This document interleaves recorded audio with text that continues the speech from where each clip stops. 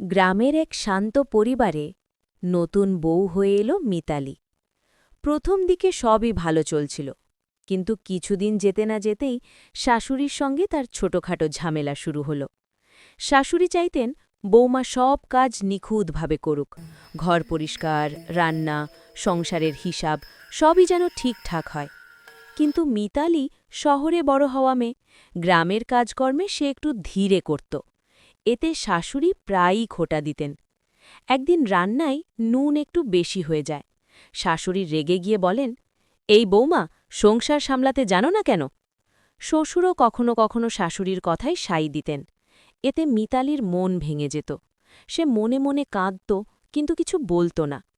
একদিন মিতালি সাহস করে শ্বশুর শাশুড়ির কাছে বলল, আমি চেষ্টা করছি, কিন্তু আমাকে যদি একটু বুঝতেন তাহলে আমি আরও ভালোভাবে সব করতে পারতাম। মিতালির চোখের জল দেখে শাশুড়ির মন গলল। তিনি বুঝলেন, বৌমাও তো নিজে